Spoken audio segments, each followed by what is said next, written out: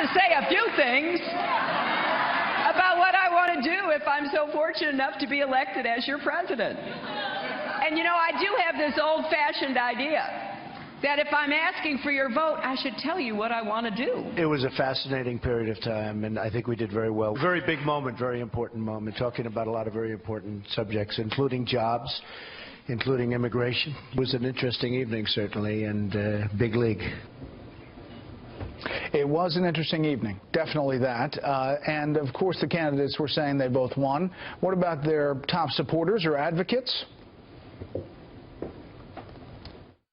It was boring. It was robotic. She looked out of it. She looked rattled. She looked like she wasn't prepared for the way Trump was behaving and what Trump had to say. She came in prepared, ready to talk about the economy, ready to talk about all the issues. She had specific plans. And I thought he came in unprepared and kind of fell apart. The focus groups that were being done real time had her winning.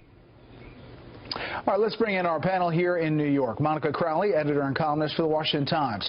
Philip Bump, politics reporter for The Washington Post. Caitlin Huey-Burns, national political reporter for Real Clear Politics. And Bill McGurn, Main Street columnist for The Wall Street Journal. Thank you all for being here. Bill, let me start with you. Your thoughts. Well, look, I think part of the focus after the debate, the post-debate story is almost bigger. I'm not sure regular people watch the debate the way we do. I mean, I don't know about you, but I was watching with the computer screen, with the Twitter feed, and then family reaction. I'm just not sure people chew the bone so much as other people. Well, let me just tell you one thing. Let me interrupt you. I was in the hall, and it was a completely different thing because I went home to my hotel room and watched the whole debate again. That's why I'm very tired today. But it's completely different. Oh, there's a lot of different experiences. Look, overall, I thought Mrs. Clinton did better than I expected, presented herself well. I think there's a lot of analysis of Donald Trump. I think his main problem was that she put him on defense a lot on his business and stuff, and he spent a lot of time defensive and explaining himself. And we haven't seen a defensive Donald Trump in a long time. You know, Donald Trump is an offense kind of guy. Yeah, Monica, I heard of a few people say, you know, the first 25 minutes were really strong for Donald Trump, but unfortunately the debate was 90 minutes. Yeah, and my biggest complaint about his performance, which I thought was fine because he cleared a lower bar, which is presenting himself as a reasonable person and a plausible president. He cleared that, and that in itself constitutes a win for somebody who has never done this before. But my biggest complaint was that throughout this campaign, or at least over the last 2 months, Donald Trump has done the right thing in making his campaign not about himself, Brett, but about America, talking about the American people and how he is going to restore America to economic strength and military greatness. And what he did last night was he kept falling for the bait. She kept baiting him, and he turned it into a commentary about his business, his properties, his hotels.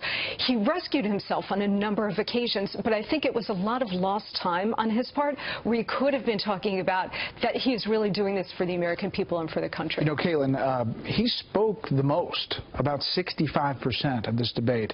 And when the debate is about him, Clinton is probably doing better. Right. We've seen that throughout the course of the campaign. Whoever's in the spotlight that week, they tend to be doing worse in the polls. And so what I thought was interesting, I was actually kind of surprised how much time he took and how much time he took to defend himself instead of moving on. To your point earlier, he missed a lot of opportunities to change the course of the debate back to what he is comfortable talking about. He missed lots of opportunities to go after her on the foundation, on immigration, on Benghazi.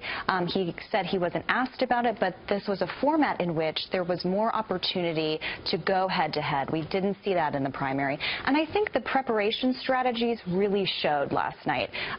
The idea that he was not really, didn't seem prepared to take these attacks and move on, I think was apparent. Yeah, Phil, the Trump campaign points to these online polls, and there's a ton of them. We know this from the primary debates. And they're click polls, but the most significant, I guess, number was Time had 53-47. Trump won, 1.4 million votes. But supporters can flock to there and influence those polls. The scientific poll from CNN had Clinton winning. But the perception about how middle America looks at it, to Bill's point, and how much much it affects this race, I think, is yet to be seen. That's exactly right. I mean, one thing we're going to have to wait for, and we're all champing at the bit, I mean, to the point that was made earlier, we are all junkies for this stuff. We want to see polls right now that show exactly what happened last night. We're going to have to wait a couple of days for that to happen. Maybe even 5 days, right? Yeah, exactly. I mean, normally polls are run over the weekend as well, so we may have to wait until next week. But we'll see. I mean, they tend to rush these things. But, you know, yes, those online polls, that Time poll that you referenced, I mean, right above it, it says this isn't a scientific poll. People really latch onto this because there was a lot of talk about how Donald Trump didn't do well, that Hillary Clinton won the debate. So people really seized on this, including folks from the Trump campaign. But we're going to have to wait and see. Yes, I mean, there's a lot of anecdotal evidence that goes one way or the other, but we don't really have anything hard in hand that shows us what happened. All right, Bill, the New York Post had a story about how Donald Trump won over some Democrats and undecided voters in a bar in Pennsylvania. Right. And Ken Reed is a 35-year-old registered Democrat small businessman. He's quoted in the piece saying, by the end of the debate, Clinton never said a thing to persuade me that she had anything to offer me or my family or my community. I have to say Trump has the edge this evening. He came out swinging, but also talked about specifics on jobs and the economy. Right. I think that it points to two very different kinds of campaigns. Mrs. Clinton is a policy wonk. That's what she offered last night. She was in command of her different policies. Donald Trump isn't running on policy finesse. He's running on the idea that America is not great anymore. He's going to make it great again. And he's running against political correctness and against Washington. So I don't think you're ever going to get the details. But this is the question I wonder. If you're sitting in Dubuque, if you're not Bill McGurn watching with the Twitter account and people emailing you, if you're just sitting there in your living room with your spouse and someone says, I'm concerned, the people that are worried about their jobs, worried about the economy, worried about, that might resonate. What about this day after and dealing with the one question about the woman that he had called fat from Miss Universe, and then dealing with it this morning on Fox and Friends? I don't even think it was a direct question. He kind of brought it up. Yeah. How is that winning with women? He has a tendency that doesn't work in his favor. It's not helpful when he extends the life of a story that is not helpful to him. And I think in that situation, he should not have fallen for her bait. Clearly, at the end of the debate, she had that talking point prepared about women. And since Lester Holt didn't bring it up and he didn't hit her with it, she felt she needed to interject it. And it was a problem because he felt then that he had to address that. Instead of focusing on the larger picture, which is that 70% of the American people believe the country is on the wrong track.